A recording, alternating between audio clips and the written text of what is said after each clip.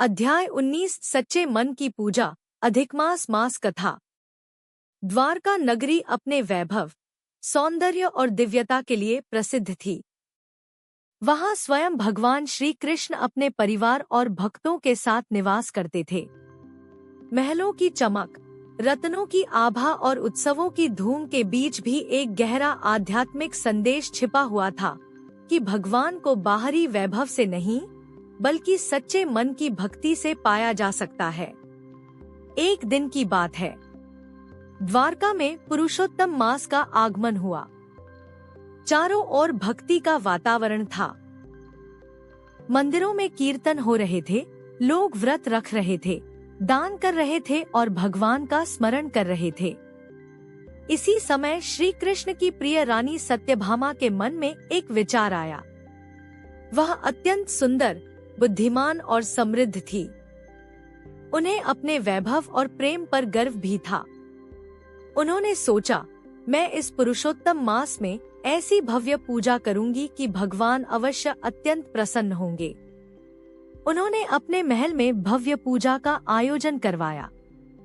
सोने चांदी के पात्र सजाए गए, दुर्लभ पुष्प मंगवाए गए, सुगंधित धूप और दीप प्रज्वलित किए गए। ब्राह्मणों को आमंत्रित किया गया और हर व्यवस्था अत्यंत भव्य थी। पूजा आरंभ हुई। मंत्रों का उच्चारण हुआ, आहुतियां दी गईं और अंत में सत्यभामा ने बड़े गर्व से भगवान के सामने अपने वैभव को अर्पित किया। लेकिन आश्चर्य की बात यह थी कि श्री कृष्ण के चेहरे पर वह प्रसन्नता नहीं दिखी जिसकी सत्यभामा को अपेक्षा थी। उन्हें यह देखकर आश्चर्य हुआ। उसी समय द्वारका में एक और रानी थी, रुक्मिणी। वे अत्यंत सरल, विनम्र और भक्ति में लीन रहने वाली थी। उन्होंने पुरुषोत्तम मास में कोई भव्य आयोजन नहीं किया। वे प्रतिदिन साधारण रूप से भगवान की पूजा करती, एक दीपक जलाती, तुलसी दल अर्पित करती और सच्चे मन से प्रार्थना करती। एक दिन सत्यभामा ने देखा कि श्री कृष्ण रुक्मिणी के कक्ष में गए और वहां अत्यंत प्रसन्न दिखाई दे रहे हैं। सत्यभामा के मन में जिज्ञासा और थोड़ी ईर्ष्या भी उत्पन्न हुई। उन्होंने श्री कृष्ण से पूछा, प्रभु, मैंने इतनी भव्य पूजा की, फिर भी आप उतने प्रसन्न नहीं हुए, और रुक्मिणी ने साधारण पूजा की, फिर भी आप इतने प्रसन्न क्यों हैं?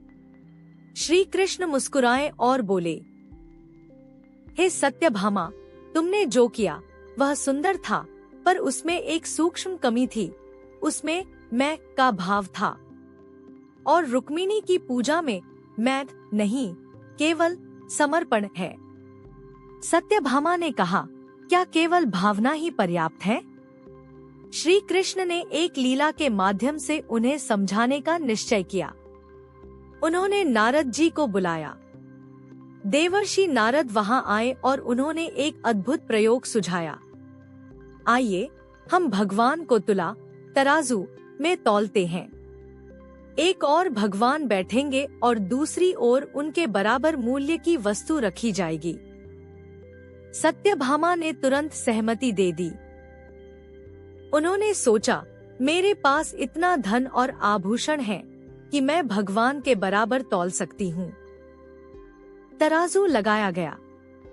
एक ओर श्री कृष्ण बैठे और दूसरी ओर सत्यभामा ने अपने आभूषण, सोना, रत्न सब रख दिए। लेकिन आश्चर्य, तराजू झुका ही नहीं।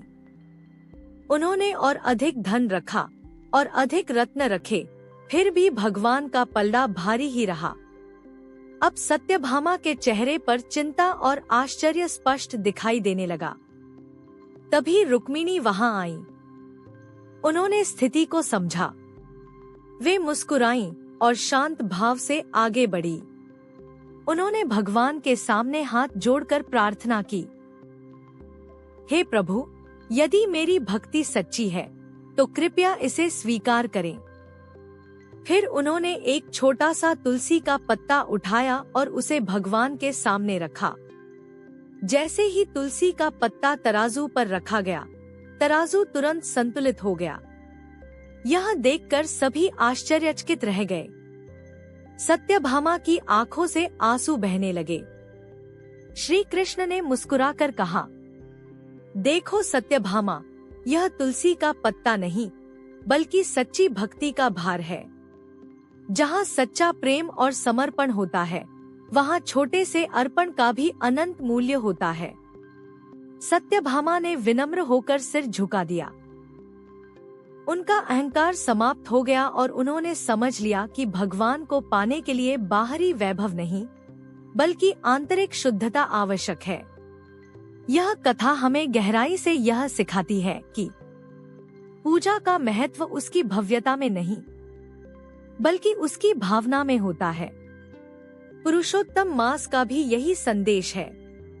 इस मास में यदि कोई व्यक्ति केवल दिखावे के लिए पूजा करता है तो उसका फल सीमित होता है, लेकिन यदि वही व्यक्ति सच्चे मन से बिना किसी अहंकार के भगवान का स्मरण करता है तो उसे अनेक गुना फल प्राप्त होता है। शास्त्रों में कहा गया है कि इस मास में किया गया एक छोटा सा पुण्य कार्य भी अक्षय हो जाता है यदि वह सच्चे मन से किया गया हो। अंततः यही सत्य है। भगवान को सोने चांदी से नहीं बल्कि प्रेम और भक्ति से तौला जा सकता है। और जब पूजा में दिखावा नहीं बल्कि सच्चा समर्पण होता है, तभी वह पूजा वास्तव में भगवान को प्रिय होती है। जय जय श्री राधे श्याम।